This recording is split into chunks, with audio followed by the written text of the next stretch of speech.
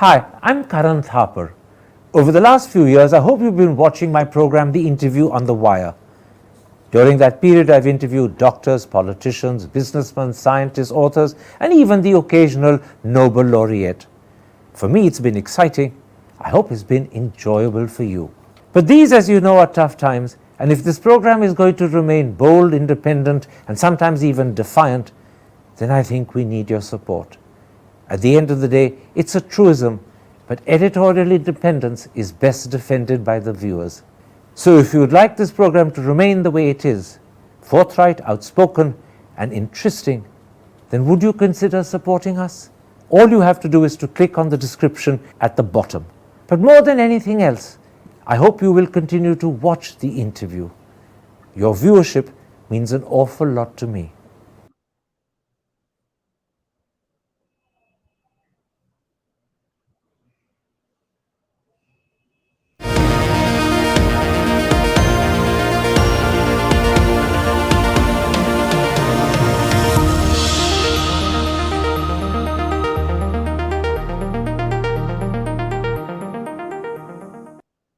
Hello and welcome to a special interview for The Wire. What is Imran Khan's political future, assuming he has one? And could elections in Pakistan be delayed a lot longer than most people anticipate? Those are the two key issues I shall raise today with the country's foremost journalist, the well-known and highly regarded television anchor, Hamid Mir. Mr. Mir joins us live from Islamabad. Hamid Mir, let's start with Imran Khan. I'll come to elections after that. On Wednesday, his sentence in the Tosha Khana case was suspended, but almost immediately a court ruled that he should be held in custody till the 13th of September in the official secrets case. Do you suspect a strategy to keep him in jail at all costs? Thank you very much, Mr. Karan Thapar, for inviting me in your show.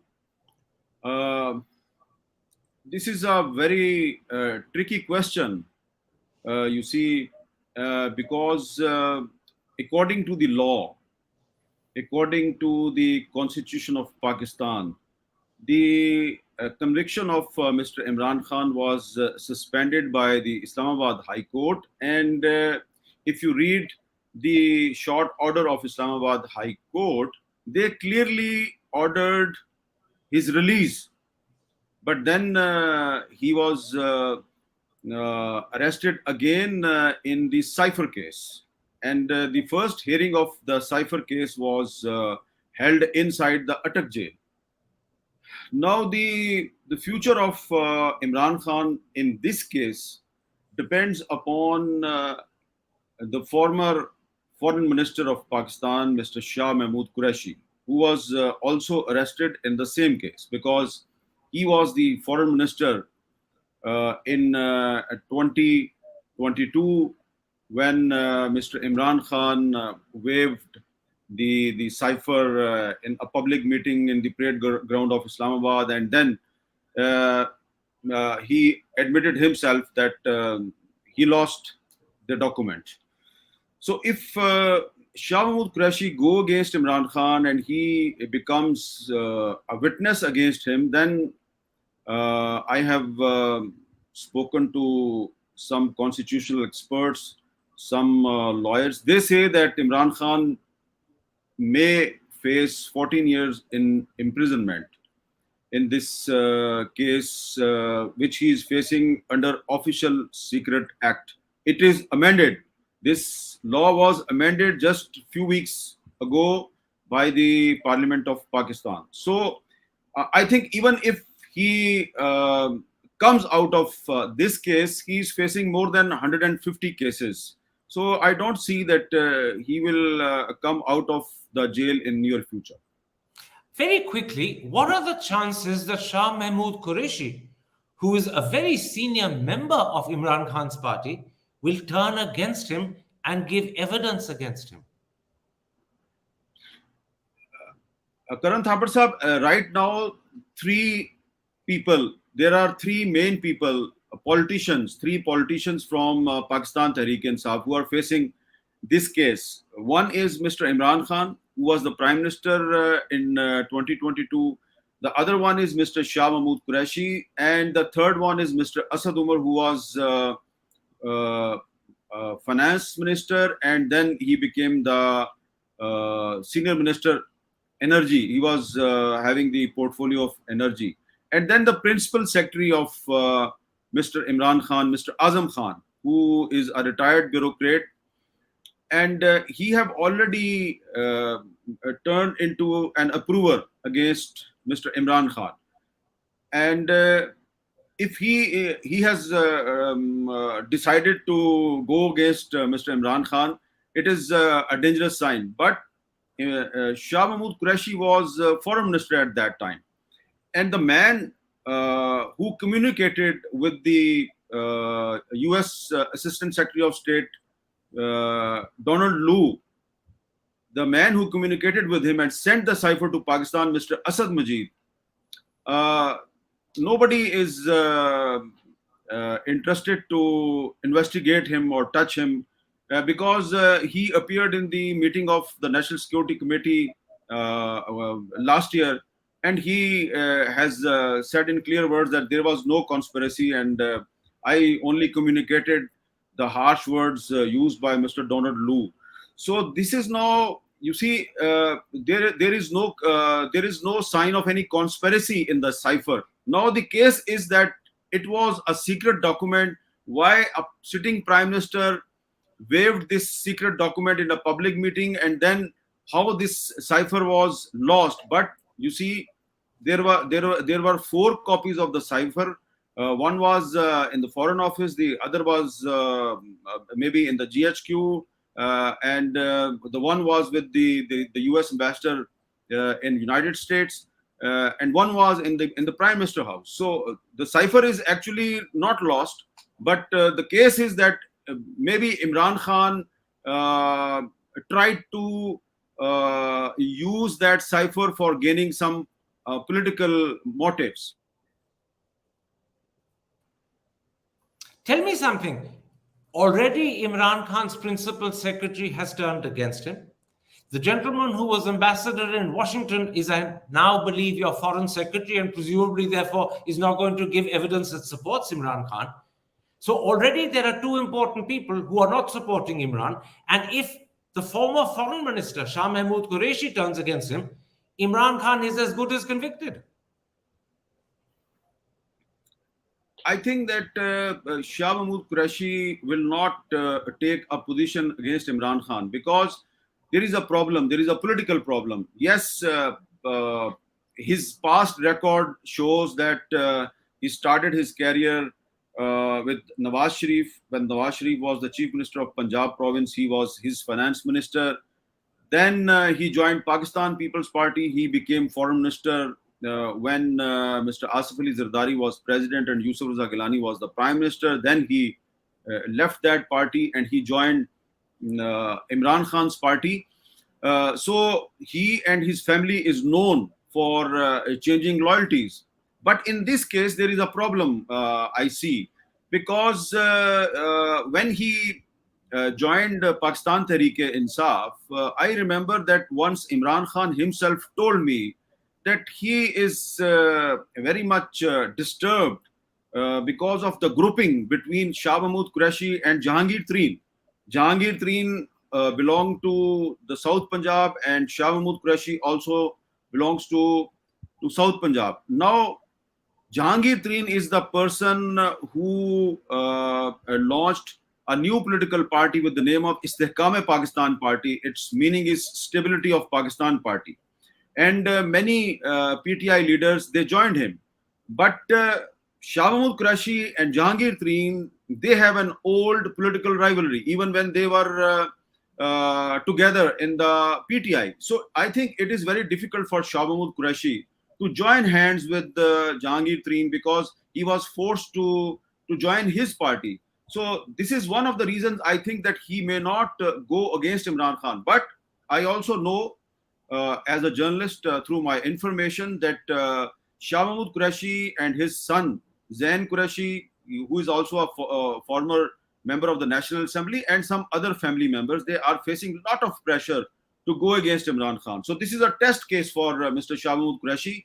If he turns against Imran Khan, he will be again called a lota, a turncoat. And if he decides um, to stay in Pakistan Tehreek-e-Insaf, and if he don't go against Imran Khan, I think he will emerge as a hero.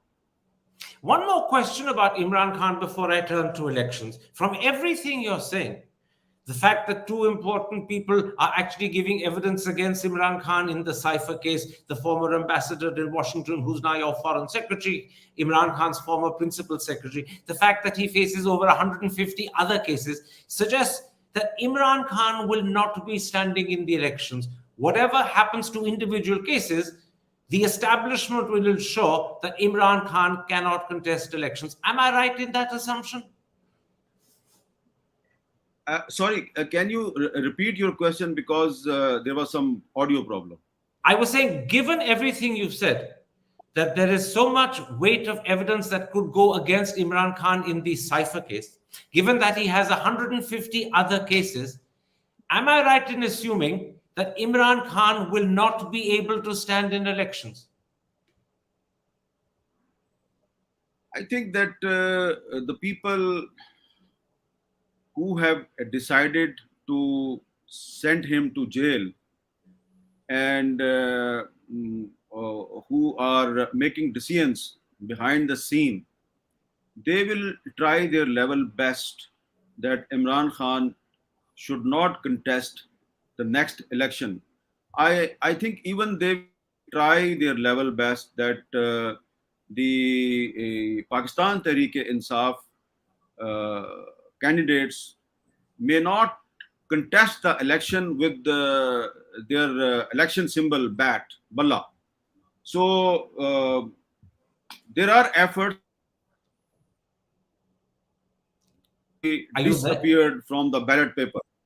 So, so I think that Imran Khan and his party may face a lot of problems in next election.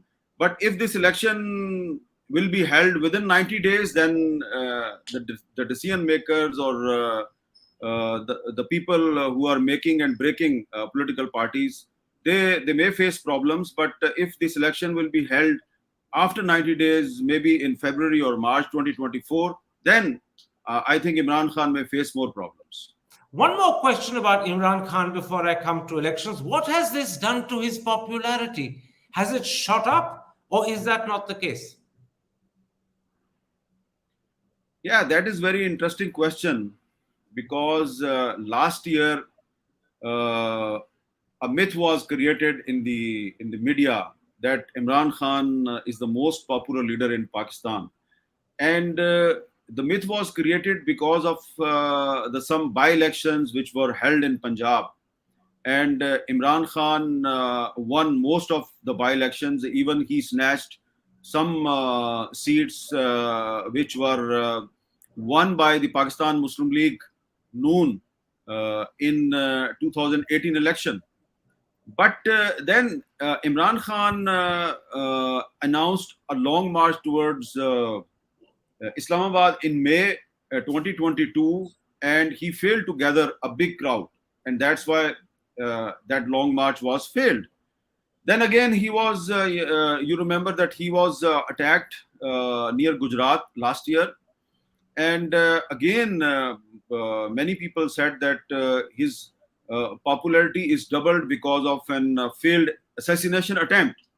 And few weeks after that assassination attempt, Imran Khan again announced a long march towards Islamabad, and he wanted to occupy the Prime Minister House and the President House with a big crowd.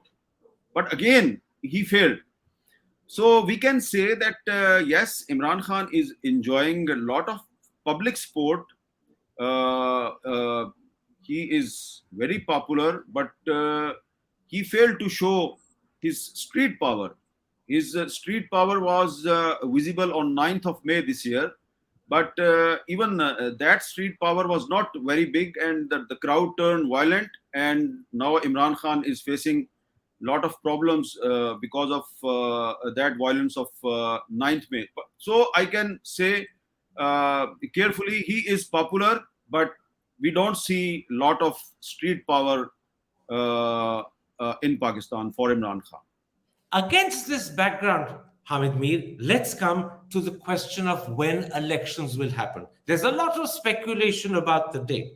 Now, I'll explain to an Indian audience that constitutionally, elections have to be held 90 days after the dissolution of the assembly, and that I believe is the 9th of November. But in the meantime, the Council of Common Interests has approved and accepted a new population census, and there is therefore a need for a fresh delimitation of constituencies before elections are held. Now, first, the Election Commission said that they would need 4 months to do the delimitation. That means elections were pushed back to mid-December. Yesterday, I believe the Election Commission told the National Awami Party that elections would happen end of January, mid-February, which means they're pushed into the early part of next year. So do you have any sense of when elections will happen, or is it getting pushed further and further back? So first of all, I would like to express my own opinion, my own analysis of the situation.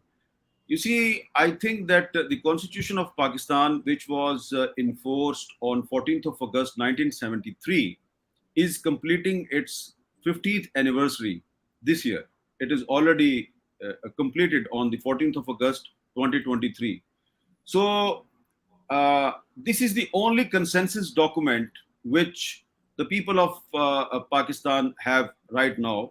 There is no other consensus document. So this consensus document was violated first by General Zia, then this constitution was restored.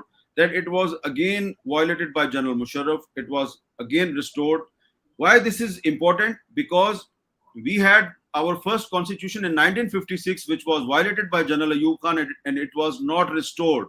Then again, we had another constitution in 1962, which was introduced by General Ayub Khan. It was violated by General Yahya Khan. It was not restored. So this constitution, which was enforced in 1973, it was violated by two military dictators again and again, but it was restored. So now, right now, myself and many other Pakistanis, including some constitutional experts, we think that this constitution of Pakistan is again suspended, because when the Supreme Court of Pakistan ordered to hold election in the province of Punjab and Khyber Pakhtunkhwa this year, and the election was not held, so it was the clear violation of the constitution. Now again, the National Assembly of Pakistan was dissolved last month, and according to the Article 2024 of the Constitution of Pakistan, there is a requirement of holding election within 90 days. That's why the Supreme Court of Pakistan repeated its position yesterday in the Punjab election case, that the Election Commission must hold election within 90 days of the dissolution of the National Assembly. So this is the position which the Supreme Court repeated yesterday. Now the Election Commission of Pakistan is taking the position which you already stated, that they are taking the cover of the Council of Common Interest meeting. But I think that there are many articles in our constitution, not only 224, but Article 48, subclause 5 clearly says that when the assembly will be dissolved, the President of Pakistan will announce a date within 90 days of the election.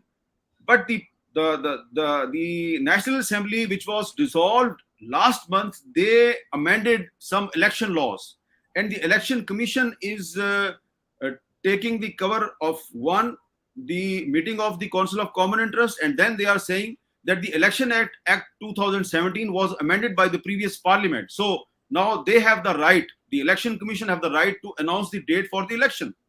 Now this act of the election gives powers to Election Commission of Pakistan only for announcing the date, but they don't have the right to extend the date of the election beyond the limitation of the Constitution of Pakistan, which is 90 days. So that's why I think that the Supreme Court of Pakistan repeated their position yesterday, the current Chief Justice, Mr. Umar Atta Bandial, is completing his tenure on 16th of September after 2 weeks. And then the next Chief Justice will be Justice Qazi Faiz Isa, who survived disqualification reference when Mr. Imran Khan was the Prime Minister. And I think that he will not compromise his position. And there will be a continuous pressure from the Supreme Court of Pakistan on the Election Commission and the caretaker government to hold the election within 90 days. So I think that we cannot say that what will be the ultimate date of the election, because I see a direct confrontation between the Supreme Court of Pakistan and the Election Commission of Pakistan in coming few days. A majority of the constitutional experts, the lawyers community, they are standing with the Supreme Court of Pakistan, and only one main political party, the Pakistan Muslim League Noon, which is led by Mr. Nawaz Sharif, they are standing with the Election Commission of Pakistan. Even you must be aware that Pakistan People's Party, which was an ally of PMLN in the previous coalition government, they are also supporting the demand to hold election within 90 days. So this is a very tricky situation. I see a direct confrontation between Supreme Court of Pakistan and the Election Commission of Pakistan, and maybe Supreme Court can initiate a contempt of court reference against the Election Commission of Pakistan. You know, this is a very interesting situation. Correct me if I'm wrong. The same 90-day limit also applies to elections for the Punjab Assembly. Much more than 90 days have passed since the Punjab Assembly was dissolved. Elections for the Punjab Assembly have not been held. The Supreme Court didn't like it, but the Supreme Court has had to accept it. This time around, we're talking about elections for the National Assembly. Might not the Supreme Court have to accept the delay here as well?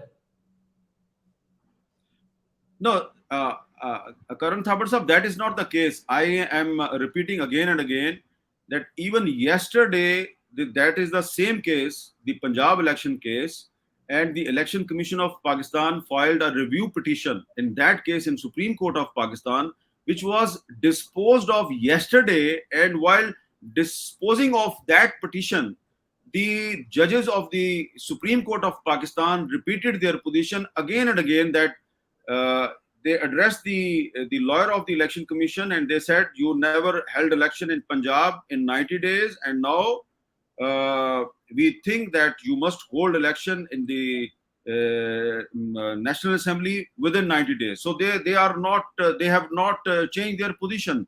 They have the same position, and that's why some lawyers yesterday warned Election Commission of Pakistan that you may face a case of contempt of court in coming few days. What about another argument that has been mentioned in your papers, not recently, but a couple of months ago? It could be mentioned again, that even if the Election Commission is willing to change its mind and hold elections before 9th November, the army and the security agencies may not be in a position to provide security for those elections. And therefore, even though the Election Commission may come under pressure from the Supreme Court, if the army doesn't provide the security, elections can't be held.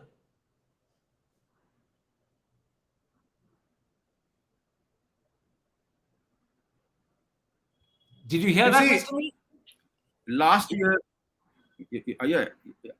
you see, few months back, when the Supreme Court was asking the Election Commission to hold election in Punjab or Khyber Pakhtunkhwa in 90 days, the Election Commission of Pakistan took the same position. They said, we don't have the funds, and the army and the security agencies are not in a position to provide us security, so that's why we are not able to hold the election.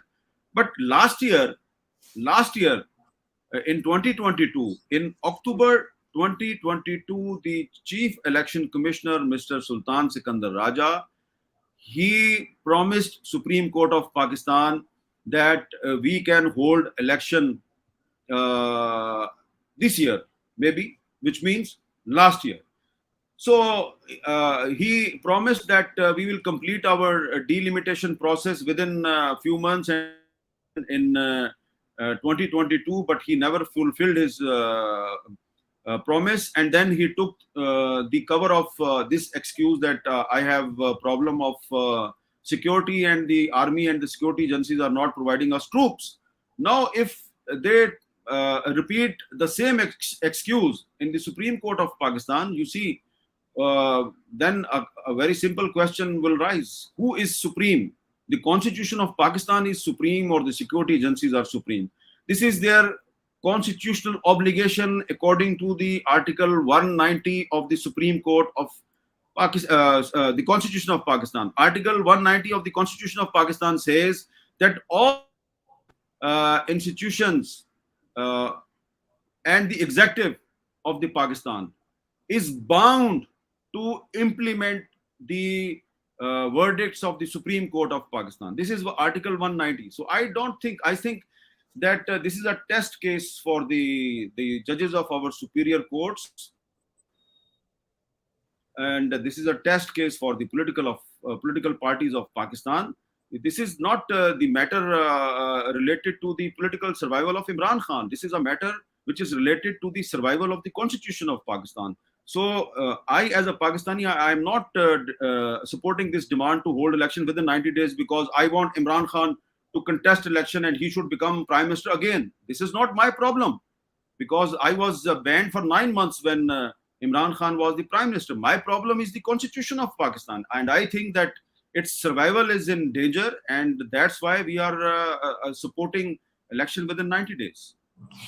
So what you're saying, Mr. Mir, is that there is in the making a constitutional battle between the Supreme Court and the Election Commission, but also possibly another battle between the Supreme Court and the armed forces or the security agencies over the question of providing security and not coming up with excuses. Let me put you a third reason why people in your own country believe that the elections may not happen even till February, March next year, or even beyond.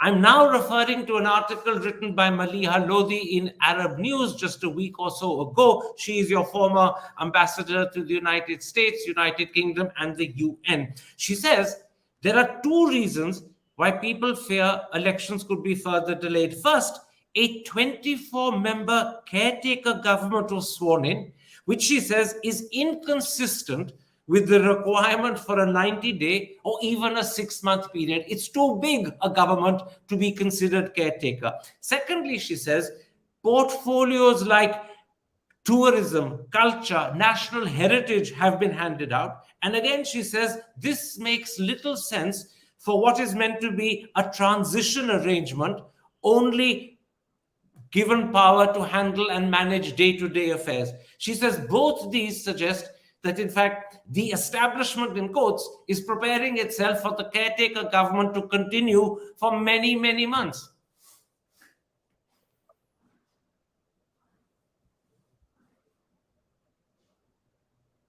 Are you there? Sorry, Mr. Karan Thapar. There is a communication problem between India and Pakistan, so I again lost your question. I'll repeat it, not a problem at all. This seems to be the nature of our relationship at the moment. But at least, despite the problem, we're communicating and we're both laughing. If only our governments would be laughing as well. Let me repeat the question. You have indicated that the Constitution requires that elections must be held in 90 days. I'm now quoting two reasons written by Maliha Lodi in Arab News very recently, which leads her to believe that the establishment is actually prepared for a caretaker government that continues for a long time. First of all, a 24-member caretaker government was sworn in. She says that's far too big a government just for 90 days or even for 6 months. Secondly, she says portfolios like culture, tourism, national heritage have been handed out. And she says that makes no sense for a government that is only meant to be in charge of day-to-day affairs. She says for both of these reasons, it looks as if the establishment, which is a coy way of referring to the army in your country, is actually preparing for this caretaker to continue not for 90 days, but for a lot longer. Yeah, after hearing your question very carefully, and you gave the reference of Dr. Maliha Lodi, now I am forced I never quoted this article from the Constitution of Pakistan, but now I am forced to quote the Article 6. The Article 6 was amended through 18th Amendment when Pakistan People's Party was in the government. And after the 18th Amendment, no court in Pakistan can validate the abrogation or the violation of the Constitution of Pakistan by anyone, including the armed forces.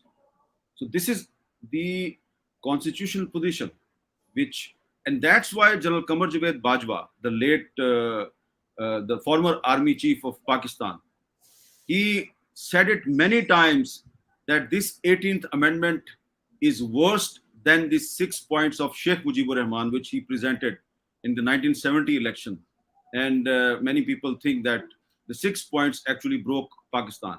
So a former chief of the army staff in Pakistan said that 18th Amendment is more dangerous than the 6 point of Sheikh Mujibur Rahman. Why? Because 18th Amendment banned any validation by any court, High Court or Supreme Court, for any violation.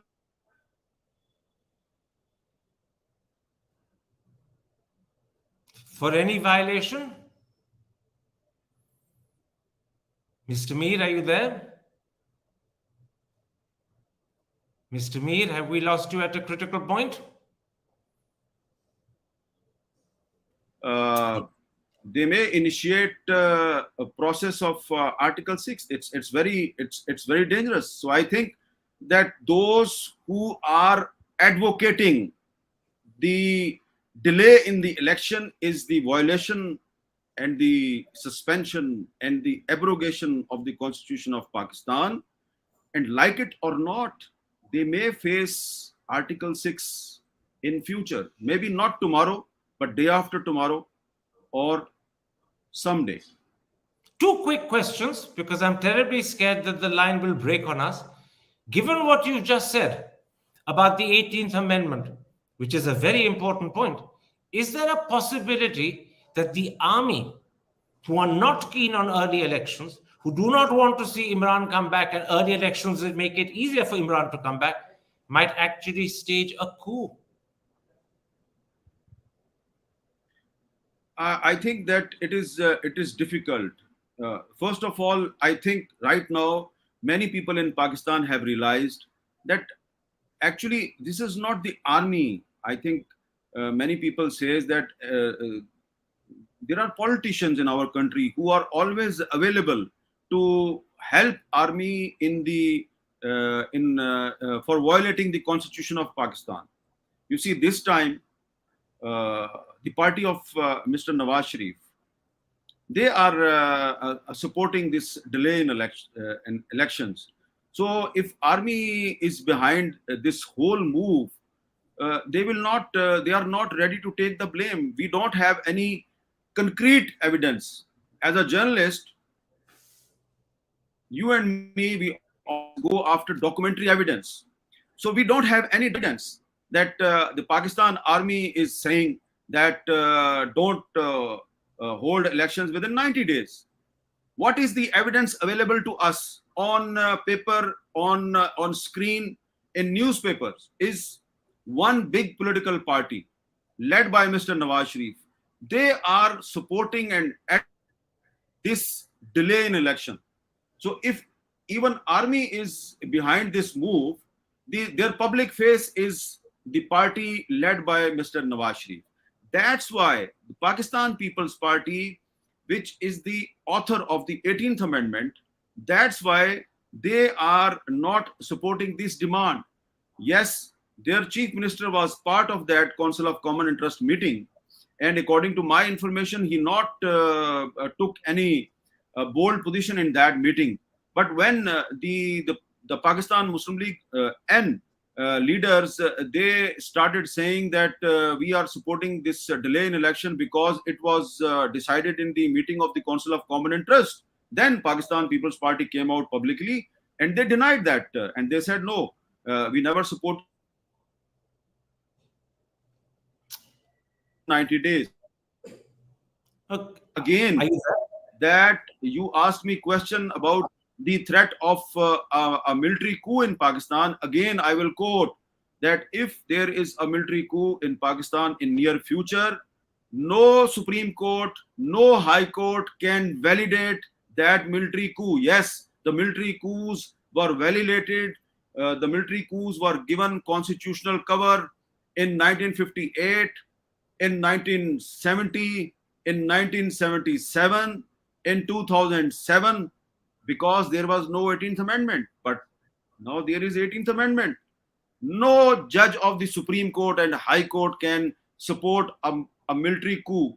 So if they will go for a military coup, this is the end of the Constitution of Pakistan, the only consensus document which we have today. My last question, Mr. Mir, I want to ask you how worried you are, how concerned you are about a scenario that Maliha Lodi wrote about in Arab News in the article I mentioned earlier. She says, if elections, there's a big if there, if elections are postponed beyond February, March 2024, you could end up with a constitutional crisis. 50% of your Senate faces re-election in March. But if national elections and provincial elections, which are held simultaneously, are not held by then, those 50% senators can't be elected because members of the National Assembly and the provincial assemblies together elect the Senate. Which means that by April, Pakistan will have only half a Senate. You will still have a caretaker government, not an elected government. And increasingly, power will have gone into the hands of the army behind the facade of the caretaker government. How seriously do you take that possibility? Karan Thapar Sahab, I think you never realized that you entered in gray area, and you and me, we both were disappeared from the screen. So I was not able to listen your question, and I was not able to see your picture. You were totally disappeared. We were totally blank. Now you just came back when your question was finished. Let me then repeat the question, and thank God you can see me. There's nothing a journalist hates more than to go blank and completely disappear. I want to ask you how seriously you take a scenario that Maliha Lodi discussed in the Arab News article. She says, can you hear me still? Can you hear me? You see, I am a very optimistic person, and I have faced many difficult times as a Pakistani in the past. When I started my journalism career, General Zia was ruling Pakistan. Then he disappeared. Then I faced a lot of problems when General Musharraf was ruling Pakistan. I was banned. I faced many problems. Again, I survived assassination attempts. So this is part of our life now in Pakistan. So I think that we have learned a lot. Some people have not learned, and many people have learned a lot through our past mistakes. And I am very hopeful that the judges in the Supreme Court of Pakistan, and especially the next Chief Justice of Pakistan, Justice Qazi Faiz Issa, he will take charge of the Chief Justice on 17th of September. I think that he will not allow anyone, whoever is thinking that he is the most powerful person in Pakistan. I think that he will give a very tough time to all those people who are not ready to implement the Constitution of Pakistan. And this Constitution was challenged by many military dictators, and it ultimately defeated military dictators. And if someone is now trying to become a civilian dictator, this Constitution will defeat everyone who is trying to challenge it. So I think that this Constitution will win again. Let me one last time try and put that point scenario that Maliha Lodi sketched in her Arab News article. If I fail, I'll give up completely. What she said in the Arab News article is that if elections are not held till February, March, then you'll have a constitutional crisis. 50% of your Senate has to be re-elected in March, but the Senate is elected by members of the National Assembly and members of the Provincial Assembly. But if elections for those assemblies have not been held, then 50% of the Senate cannot be elected, which means from April onwards, Pakistan will have half a Senate, it will have no National Assembly, and it will have a caretaker government continuing seemingly indefinitely, and most people will assume power has passed into the hands of the army. How seriously do you take that scenario? How worried are you about that possibility? I think I have explained my position. This is the right of Dr. Maliha Lodi to write an article for Arab News, and he served in many governments as an ambassador, including the government of General Pervez Musharraf. So that's why she thinks that maybe those forces who don't give any importance to the Constitution of Pakistan are still very powerful in Pakistan. Yes, maybe she's right. But I'm on the other side, and I'm not ready to agree that these forces are that powerful that they will violate this constitution again, and again. So I am looking towards the Supreme Court of Pakistan, and I am very hopeful that they will not allow anyone to implement what you are quoting from the article of Dr. Maliha Lodi. Yes, there is a problem that the half of the Senate of Pakistan will be emptied in March 2024, including the chairman of the Senate, who becomes the acting president in the absence of the president of Pakistan. Even the deputy chairman of Senate will also complete his tenure. I know both of them very, very closely. And they are also very much concerned. So all these senators and the members of the former National Assembly who passed many bills in few seconds, now they are realizing that they committed some mistakes. But I think that it is not very easy to go beyond March 2024. Maybe, yes, they will not hold the election in 90 days, but going beyond 25th of February 2024 is like playing with the future of Pakistan, and Supreme Court will not allow that. Mr. Mir, thank you very much indeed. And I want to particularly thank you for staying with us despite the communication problems. Clearly, it was more than just atmospherics. Perhaps it was the unseen hand that was interfering in our conversation. Hi, I'm Karan Thapar. Over the last few years, I hope you've been watching my program, The Interview on the Wire. During that period, I've interviewed doctors, politicians, businessmen, scientists, authors, and even the occasional Nobel laureate. For me, it's been exciting. I hope it's been enjoyable for you. But these, as you know, are tough times, and if this program is going to remain bold, independent, and sometimes even defiant, then I think we need your support. At the end of the day, it's a truism, but editorial independence is best defended by the viewers. So if you would like this program to remain the way it is, forthright, outspoken, and interesting, then would you consider supporting us? All you have to do is to click on the description at the bottom. But more than anything else, I hope you will continue to watch The Interview. Your viewership means an awful lot to me.